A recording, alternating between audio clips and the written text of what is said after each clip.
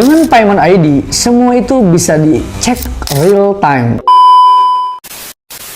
Apa sih jadinya kalau setiap transaksi bisnis lu, mau besar, mau kecil, langsung nyambung ke identitas pribadi lu? Klik kita bahas. Rencananya, mulai tanggal 17 Agustus ini, Indonesia bakal uji coba Payment ID yang terhubung langsung ke nomor induk kependudukan alias NIK. Satu ID untuk semua transaksi. Lu mau bayar pakai QRIS, transfer bank, debit, kredit, atau e-wallet, semuanya akan masuk ke satu sistem dan satu identitas. Buat yang dengar sekilas, ini kayak masa depan pembayaran gitu loh. Simple, praktis, nggak perlu banyak rekening atau QR. Tapi begitu kita ulik lebih dalam, ceritanya jauh lebih menarik. Lu bayangin deh, kalau semua transaksi lu terekam detail, tanggal, nominal, dari siapa, untuk siapa.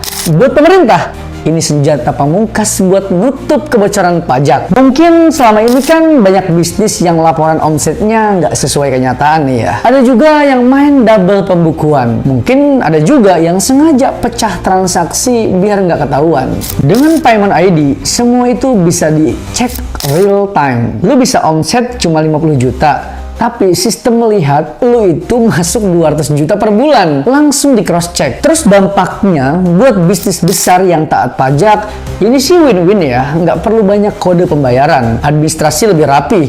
Buat UMKM yang baru belajar nyatet keuangan, ini bisa jadi guru yang sangat-sangat cerewet. Tapi bermanfaat sih. Dan kalau buat yang main abu-abu, ini sih mimpi buruk ya.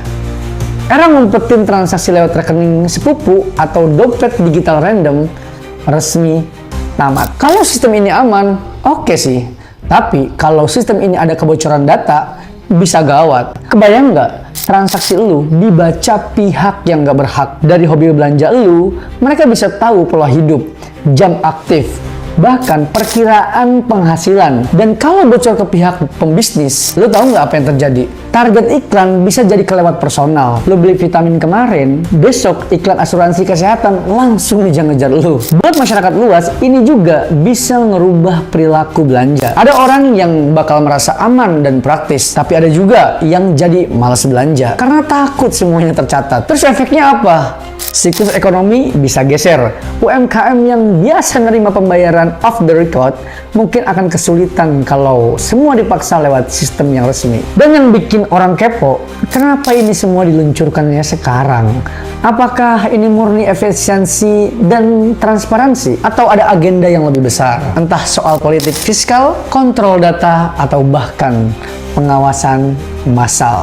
Karena dalam sejarah kebijakan, sesuatu yang terdengar teknis itu seringkali punya dampak sosial yang jauh lebih besar daripada yang kita kira-kira. Yang jelas sih, Payment ID ini bukan sekedar teknologi baru. Dia bisa jadi revolusi sistem pembayaran, atau justru pintu masuk ke era kontrol finansial total. Pertanyaannya, gimana nih menurut kalian coy? Apakah ini lompatan ke masa depan yang aman dan transparan? Atau kita lagi pelan-pelan masuk ke zona yang semuanya diawasi? Tulis di kolom komentar ya.